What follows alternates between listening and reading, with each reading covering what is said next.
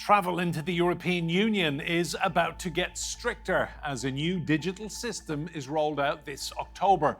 Non-EU citizens, including British passport holders, will have their fingerprints and their faces scanned and be subjected to tougher questioning. So, how is this going to impact travel to Europe?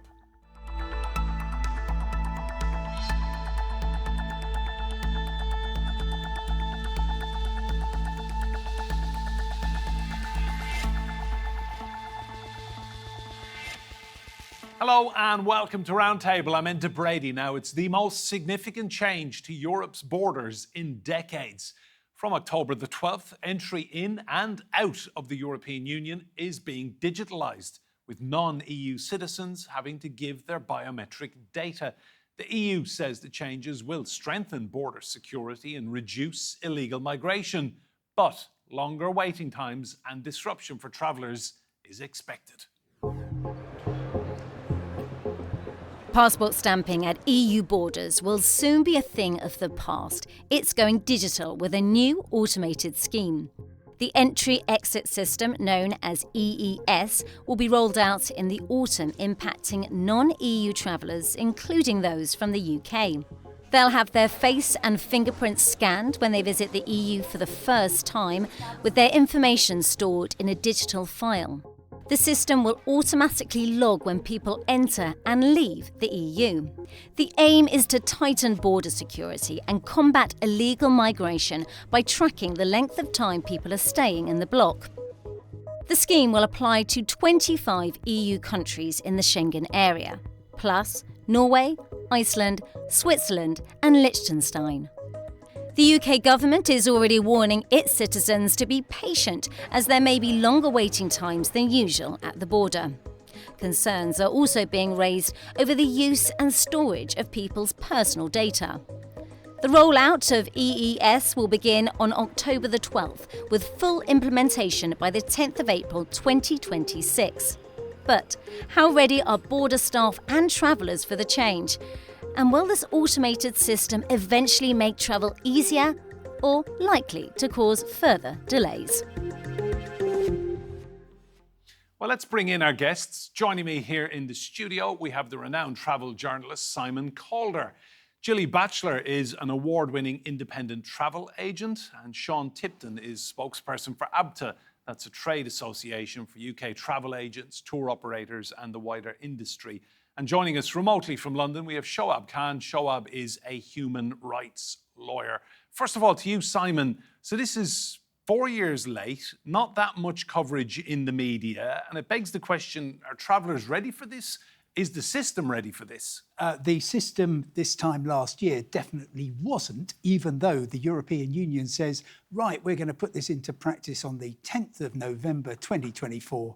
A month before that, they realised there wasn't a hope that this would possibly ever work as they were planning to, which was a big bang. So everywhere from the frontier from Turkey to Bulgaria, all the airports in the Canary Islands, for instance, all of those frontiers all supposed to start at the same time, and that was never going to happen. So what we have from the 12th of October is a gradual rollout from one frontier post to another, gradually extending it over the next 6 months, and with the proviso that if, for example, on day one, Paris Charles de Gaulle Airport gets overwhelmed, they'll just be kind of waving people through.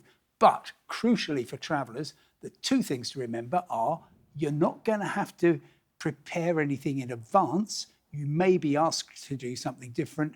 And the tedious news for the 94 million Brits who go abroad each year, you are going to have to continue, despite this fancy new electronic system, to have your passport checked and stamped when you go in during the rollout spell. Gilly, give me your thoughts on this. Well, I think we're talking specifically about the entry-exit part of it. I see it as a positive thing because at least this time it's being done digitally, but it's going to take us a while to get to that stage. So what we're doing is just briefing people when it does come in that they just need to plan and take extra time. You have to accept that there's always travel disruption, and this is just another thing that we've got to tackle. We came through COVID, so we'll come through this. Sean, have you concerns that there will be big queues somewhere in the system? I think it's a possibility, yes, but so clearly it's going to take longer to get through passport control. And as Simon said, in the interim, you're still going to have your passport stamped. But moving forward, once this is fully rolled out and everybody has signed up to the scheme, then that will no longer be an issue. You won't have to have your passport stamped. So I think moving forward, it's actually going to be a good thing and will speed up the process. But I think in the interim, yeah, I think it's inevitably going to mean people will take longer to get through. So I think people need to be aware of that, have some patience and think, okay, short-term pain, but for long-term gain. I've not seen any advertising campaigns about this or any publicity. Is that worrying you? I think it's been in the press. I know Simon's written about it and we've put out releases ourselves, but not so much worrying. I think the whole issue really in terms of publicising this is not to do it too far in advance. Because if you think about it, unless you read an article all the way through, you might just think, oh, this is coming in. You might think it's coming in very soon. Well, it's not until October. But there will be plans, and I know there are plans in place from the UK government and the EU itself as well, to do pretty big publicity campaigns around this. And I know that our members are up to date with what's going on. And I've seen quite a few emails, actually, from individual travel companies already telling their customers this is on its way. So I think and it's going to be a bit of a challenge, but yeah, need to make sure people are aware exactly what this is, and that they don't need to, as Simon said, prepare in advance. This is something that we'll do when they're on arrival in the Schengen area, which is the EU in effect. Shoaib, you're a lawyer. Have you any concerns about governments storing all of these fingerprints and biometrics, facial recognition, all of this data being held somewhere? Yes, I think there are quite serious concerns, really. Obviously, we have such concerns whenever any such scheme is rolled out. Specifically, for instance, in the UK now, the police have started using, for instance, live facial recognition and so on. But I think it's slightly different and slightly safer, if you like, when it's a local, regional, or even a national government storing that. Because, and specifically, it might be slightly safer, for instance, EU nationals, considering the EU legal safeguards we have. But now this seems to be obviously a scheme that's brought in for everyone around the world. Anytime you're entering this region, this data will be taken. And I think specifically in this case, we already had a controversy. Obviously, it seems to have died down since then, since the few years in which, we thought the scheme was about to happen, then it didn't happen, then it was about to happen, then it didn't happen. The concerns about, for instance, the main supplier procurement agency that brought it in, so ATOS, there have been concerns about how ready they are for this. And specifically, for instance, they are a global company. There were a few years ago concerns that maybe ATOS Russia was involved somehow. How much access to the data would they have? So there are serious concerns here. Also, we have seen, so there are some safeguards being brought in. So, for instance, children under 12 won't be fingerprinted. They would only be photographed. But even then, I think, and specifically any scheme like this, which has no opt-out, it's mandatory, it's compulsory. If you want to enter the region, this data will be taken and will be stored. So I think, just from a safety point of view, I think there are very serious concerns about what will happen with this data, how the governments will share it, which other governments might have access to it. Thanks, Shoaib. Simon, to you. So this is all about the external Schengen borders. So say, for example, someone flying from the UK to Spain, someone driving from Greece to Turkey. They won't be looking at internal Schengen borders, will they? No, they won't. And I think it's also really important to remember who this is going to affect and what you are going to have to do. So for a start, if you're lucky enough to be a European Union citizen, and that will include, for example, a significant number of British people who are lucky enough to have Irish heritage and they've got Irish passports, you are not going to be giving fingerprints. You will just walk through, same as now. All they can do is say, is this Enda? Is this his valid passport or identity document? Yes, it is. And in you go. There will be nothing that you have to do. For non-EU citizens like the British and the Turkish and so on, you will have to give 4 fingerprints and a facial biometric on the first time you register. Subsequent to that, they will just be checking 1 biometric, which almost invariably will be your facial biometric, because fingerprints are real faff. It's a really difficult thing to do. So yes, there will be concerns about the data, but frankly, I'm afraid if you don't want your facial biometric recognised, then you just shouldn't be travelling internationally. For instance, to go to the US, they will be expecting, Gilly, she'll turn up and they probably won't even look at your passport. They'll just say, oh, yes, we know who you are, Gilly. Welcome. We've got all your details from your ESTA application, and our facial recognition is so good that we couldn't be mistaking you for anyone else. So, yeah, I'm afraid data on all of us is going to be widespread. But if you're lucky enough to be an EU citizen, you'll get a little bit more privacy. So, Gilly, is this a case of Europe playing catch-up? They're calling it the most modern digital border management system in the world. Is Europe now stepping up and embracing the technology it needs to ultimately keep us all safe? Whether it needs it or not, I'm not gonna. That's not one for me. But what it is coming, and exactly what Simon said is, if you've travelled to the USA, Canada, Australia, New Zealand, you're used to doing this. I think now the sheer numbers are, in 23, 90 million visitors. Over 80% of those went to countries that this will be impacted by, whereas only about 5 million went to the US. So I think it's going to impact so many of us. A lot of people plan holidays well in advance. I was interested what was said here. We're selling into 2028. Now, this is going to impact them, as is ETIAS. So, we're already talking to clients about it, who that does impact. Sean, ETIAS. What do I need to know about ETIAS? Well, it's something currently you don't need to worry about. It's coming in next year. Now, that's something you will definitely have to get in advance. It's in effect an electronic visa, and I think it's 26th of October, they're saying, next year. And that will only come in, though, once they're happy that everything is running smoothly with EES. So who needs ETIAS? Basically, anybody who is not a European Union citizen. So that will apply to me. It will apply to anybody from Turkey. So they'll need to go. I think in Turkey, I'm not so sure if they can get it because you have to be part of the visa waiver scheme. But anyway, certainly it will to our customers in the UK. But it will cost. I believe it's around €20 now is the new charge. It went up. It was originally only £7.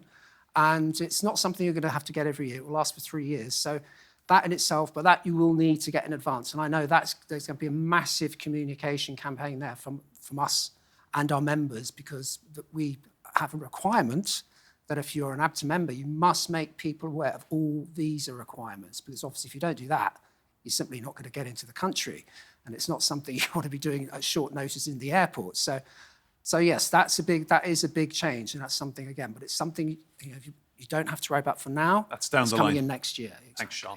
Shoaib, to you, do you accept that Europe does really need to tighten up its borders in terms of stopping criminals moving around so quickly and easily, lots of fake passports? We see these stories all the time. This is Europe, the European Union, really getting its act together digitally. Yes, I mean, I think obviously that is a whole, huge topic in itself. But I think it depends if we're talking about, for instance, not allowing or not permitting criminals to travel around. The point is, what database are we talking about? How is that information shared? Who stores that? Who's in charge of that? Who's regularly updating it? So there are lots of concerns about that. But I think here, there needs to be, for instance, we have ATIAS coming in. So isn't that the whole point of that then? So why do we need a separate EES system where every time you're entering, these scans have to be done and you have to be fingerprinted? The whole point is of ATIAS, something like that. We enter the US, we enter so many other countries. The whole point is that, they already know who you are, what you're up to, what your history is. But also, I think, just in terms of the question you asked specifically, I think it's, if what people are hoping, or the EU is hoping, that somehow it's going to cut down on asylum seekers, other people fleeing persecution, other people making their way into the EU when they shouldn't be, other people making their way into the country where they don't satisfy the rules. I'm not sure how much of a difference it's going to make to that. I've not particularly seen huge coverage of the fact that it's specifically for people who might have criminal records. It's generally being thought that's how it might bring the numbers down. And for that, I'm not really sure how that's supposed to help. Thanks, Shoaib. Simon, talk to me about the disruption side of things. If it has teething problems early on, will they tell airports and ports to just wave people through and we can do this another day?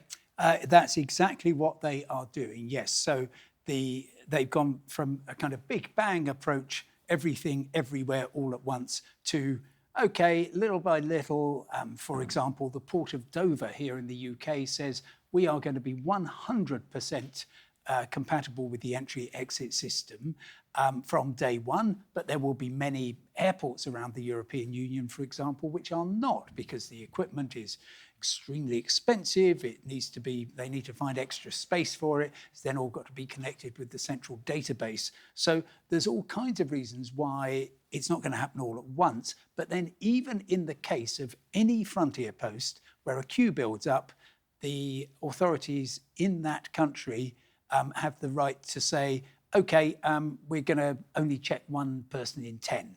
Everyone else go through. And so you're going to get this really odd situation where, for example, those of us who are lucky enough to be frequent travellers into the Schengen area may find that on day one, yes, we get our fingerprints registered, our facial biometric taken. Coming out, we don't just get the passport stamped. Going in again, you might just have the usual analog check. And then coming out of Portugal, you might have the whole lot. So it's going to be very, it literally just a matter of, just as always with being an airline passenger, particularly, just do what you're told. Stand over there, do this, do that. But again, not planning anything in advance. Thanks, Simon.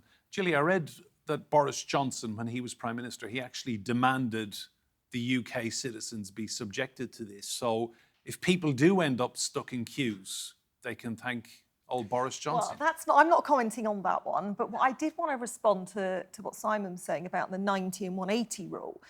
At the moment, if you're a regular visitor to the EU, you can only stay 90 and 180 rolling.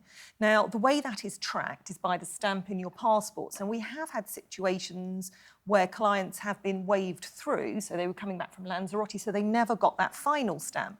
So that means it looks like they've never left.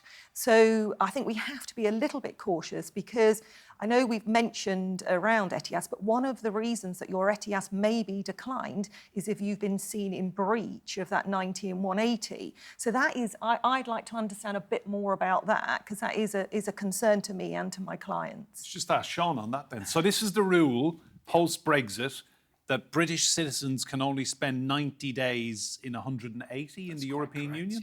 Yeah? Yeah, it is right. Well, I think pretty clearly we're talking about a transition period here, so I'm pretty sure that there's going to have to be given a lot of leeway, and rather than just applying the rules incredibly strictly.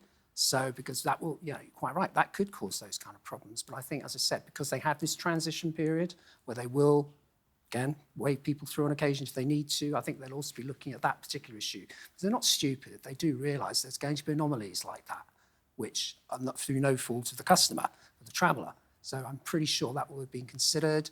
And I think, but from my perspective, though, I do a lot of travelling myself, maybe not as much as Simon, but quite and pretty much most of the airports I've seen have these machines already in place behind plastic wrappers.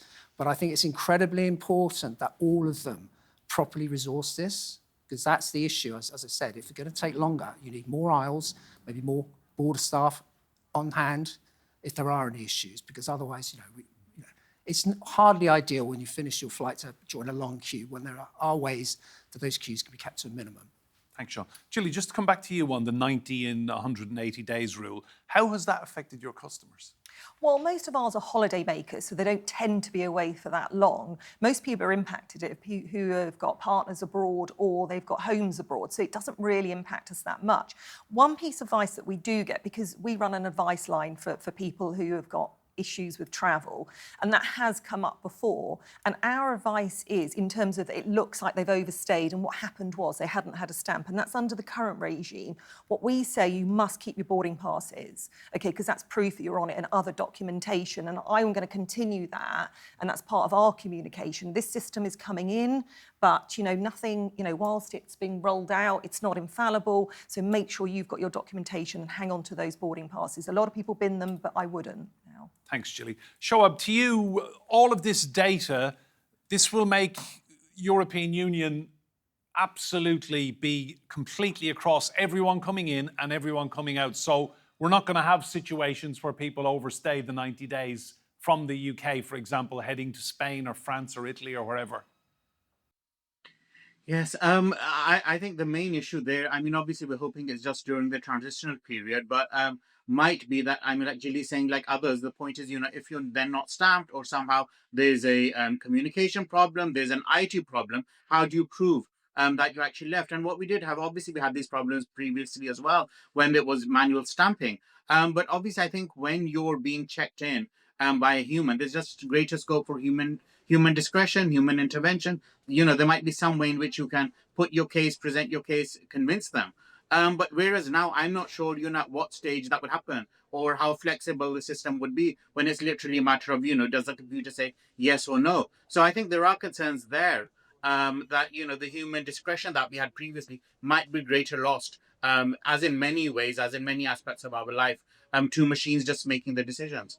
Thanks, Shoaib. Simon, I love your advice columns. They're always very, very helpful in terms of everything that's going on in the travel world. So tell me, I've read reports UK citizens will require proof of travel insurance once this kicks in. Yes. Will they? No, they absolutely will not. And this is, I'm afraid, a perfect example of all the confusion that surrounds the entry-exit system and the way that some politicians are trying to use this to their advantage. We have the leader of the Reform UK party saying it's an outrage that people have to have their travel insurance when they're going to France.